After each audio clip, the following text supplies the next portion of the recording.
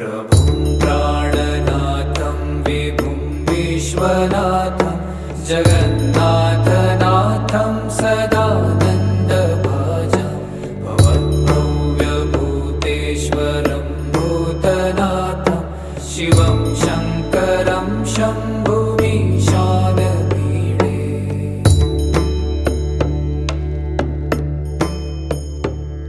गले रुण्डमालं तनौ सर्पजालं महाकालकालं